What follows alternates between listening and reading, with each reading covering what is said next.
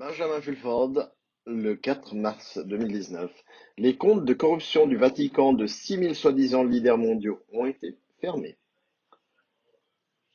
Au moment présent, le monde se dirige vers des changements fondamentaux grâce à un coup d'État qui se poursuit contre les gouvernements secrets de l'Occident. Selon des sources, les sociétés secrètes, tant orientales qu'occidentales, les plus grands changements en est que le cardinal pédophile condamné, Georges Pell, a été relevé de ses fonctions au contrôle de l'institution pour les œuvres religieuses, c'est-à-dire la Banque du Vatican. Cela signifie que les comptes portant les fruits de corruption de plus de 6000 soi-disant dirigeants mondiaux sont sortis des mains du contrôle satanique. P2 franc-maçon selon les sources.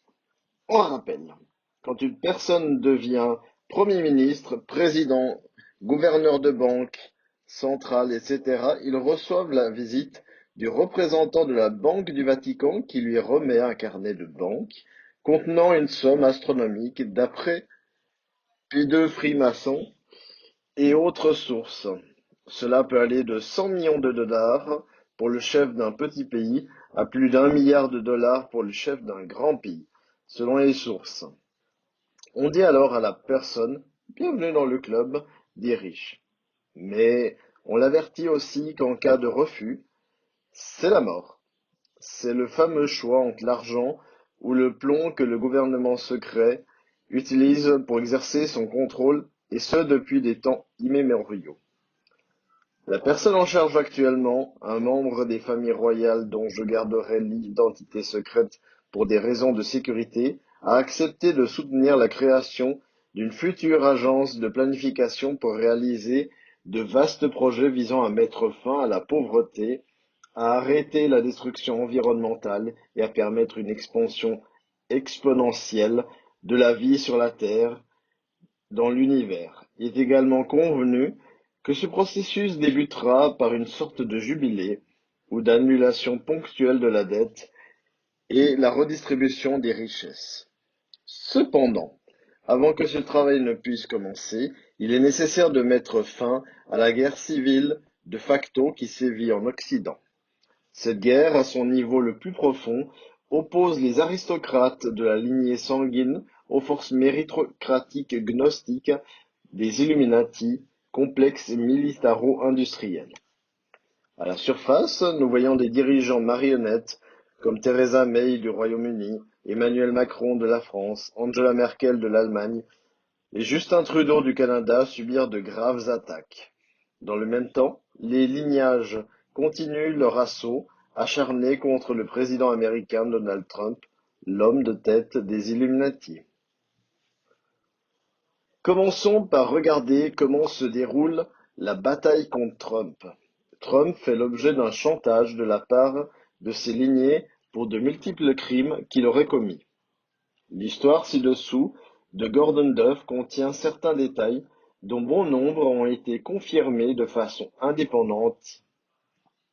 Nous savons que Duff travaille pour le groupe Clinton-Rockefeller, mais néanmoins, il ne le publierait pas s'il pensait pas que cela tiendrait devant les tribunaux si Trump l'attaquait.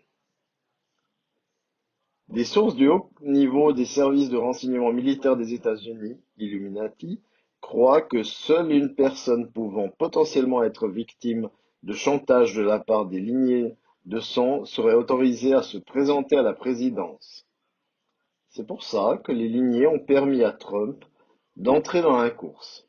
Cependant, le complexe militaro-industriel Illuminati le considérait comme le moindre de deux mots et décida de l'utiliser comme leur représentant parce qu'il pouvait l'utiliser pour mettre la main sur la très importante signature présidentielle. En outre, ils disent nous le surveillons de très près. Dans ce contexte, examinons la véritable raison pour laquelle le sommet entre Trump et Kim Jong-un, l'homme fort nord-coréen, a échoué la semaine dernière.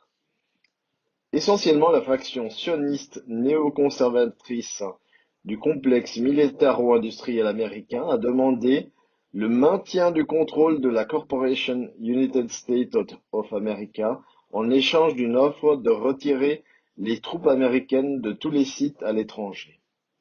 Cette faction voulait aussi, afin de mettre la main sur les vastes richesses minières que possède la Corée du Nord. Les Chinois ont adoré l'idée, mais l'armée des États-Unis, la famille royale britannique, l'empereur japonais et beaucoup d'autres se sont alignés pour arrêter ce qui équivalait à une offre de capitulation unilatérale à la Chine selon les sources impliquées dans les négociations. On ne pourrait à l'avenir empêcher une armée chinoise de 200 millions de soldats de pénétrer aux États-Unis par l'Alaska. Cette logique est toujours d'actualité. D'accord? Et ensuite, premièrement, comme nous l'avons mentionné au début, l'Occident doit mettre fin à sa guerre civile avant de pouvoir négocier un nouvel accord avec l'Est. Cela signifie négocier une trêve entre les lignées de sang et les Illuminati. Cela signifie également que nous devons achever le processus d'élimination des gangsters et satanistes khazarians des postes de pouvoir. Sur ce front, les autorités israéliennes ont finalement décidé d'inculper au pénal le ministre criminel Benjamin Netanyahou, le président israélien. Reuven Rivlin était derrière la décision de poursuivre Netanyahou pour crimes financiers parce que c'est le meilleur moyen de neutraliser quelqu'un comme ça pour le remplacer ensuite, expliquent les sources du Mossad. Le procès de Netanyahou pour crimes de guerre contre Fukushima viendra plus tard, disent-ils. La destitution du cardinal Pell va également faciliter la destitution de nombreux autres personnages impliqués dans Fukushima, selon des sources de la famille royale européenne.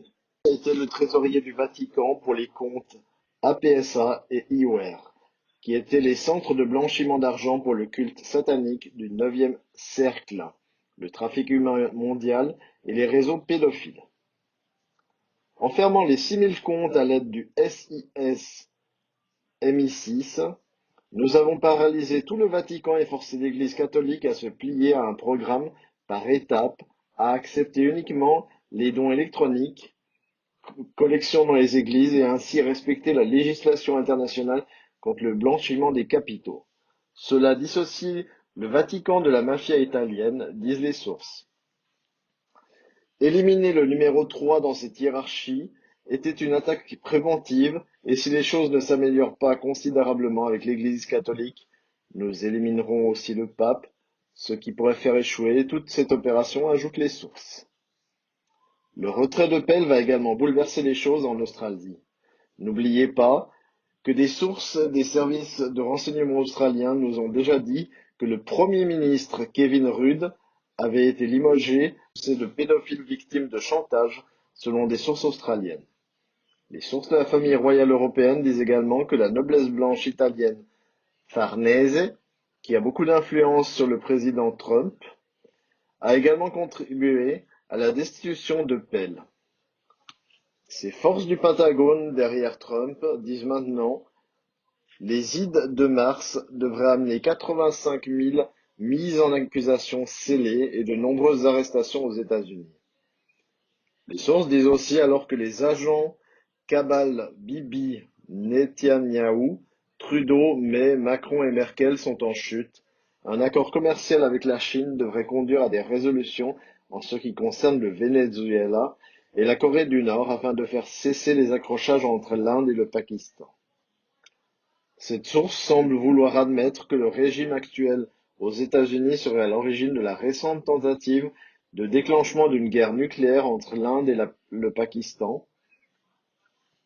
Nous pouvons nous rappeler que les hostilités entre l'Inde et le Pakistan ont éclaté au moment où la marionnette américaine, le prince Mohammed bin Salman, MBS, a visité le Pakistan et l'Inde.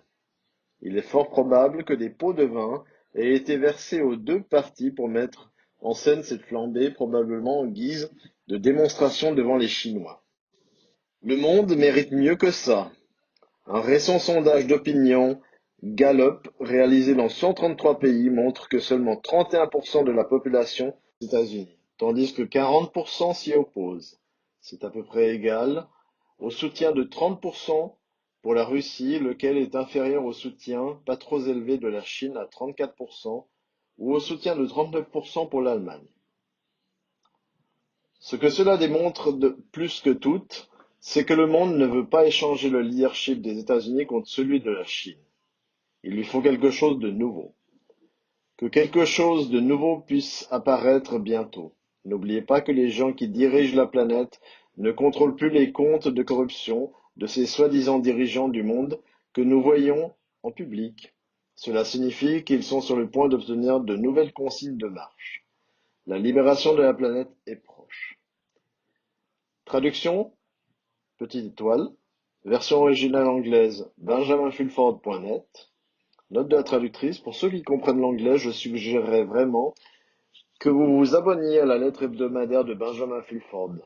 Les gens comme lui travaillent fort pour nous, et ce au péril de leur vie. Les soutenir est un tout petit moyen de leur témoigner de notre reconnaissance.